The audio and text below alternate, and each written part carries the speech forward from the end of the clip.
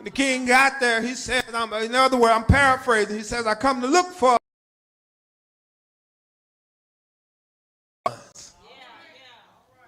Came in there, he bought one. He said, that ain't it. Went and got another one. He said, that ain't it. Went and got another one. He said, that ain't it. He said, ain't you got a boy down there in the field tending to some sheep? The dad looked at him, and I really believe that the dad was saying, no, you don't want that one. All he is, he's just a sheep herder. He said, yeah, that's the one that I'm looking for. And when he walked in, he said, yeah, this is the one who I've been looking for. And I can see the daddy saying, this just little old David, this just a sheep tender right here. I just wanted you to pick one of my other sons who I know that will fit the program. But what I need you to understand, Brother Skeet, what you think is good, it may not be good for God. What you think it may be the one that need to be in position, God may see something different. We quick to put people in position when they're not ready for the purpose. Some of us, we come from what is known as privileged lifestyle. You may not have connections, you may not have the hookup, or you may not look apart, but if you walk in faith, God will build a platform under your feet. So here's the message for every graduate here today. You don't need to prove your worth to the will of the King. You may be doubted by man or woman, but you are the one being developed by the Master. 3, I need you to understand that purpose will take you where plans cannot. Some folks believe purpose is a luxury. Only the privileged can chase their dreams, they say.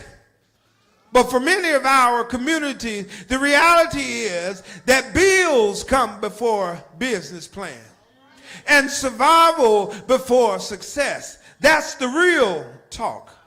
But yet, even in the struggles, God's hand is not short. Purpose is not about position, it's about obedience. And when Moses stood before Pharaoh, he didn't have wealth, he didn't have power, or he didn't have political platform. He had a staff, and here he had a staff and a word from the Lord. And that staff and that word from the Lord, and he stayed tall, and he said, the Lord told me to tell you to let my people go. And when you follow your purpose, I need you to understand that doors that you didn't knock on will open. Rooms that you wasn't invited into will make space for you. Voices you never heard will speak your name. But you have to walk, you have to trust, you have to keep on going even when the road feels dry. I need you to ask yourself, who am I walking for? Am I walking for myself? Am I walking for my parents?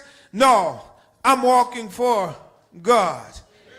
I need you to ask yourself, who am I walking for? And when after you ask yourself who you're walking for, I need you to ask who voice am I listening to? Am I living for applause, or am I living for an assignment? I need you to say to yourself, Lord, I will lift up my eyes unto the hills that what cometh my strength.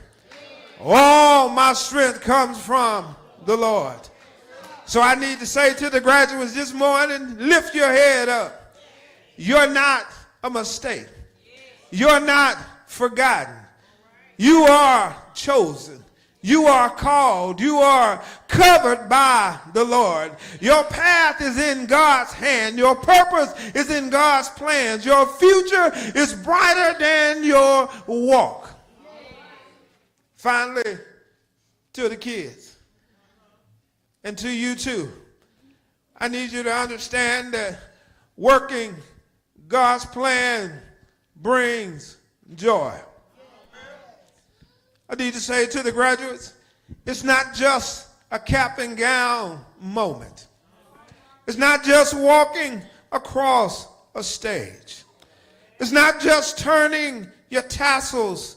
It's a divine invitation.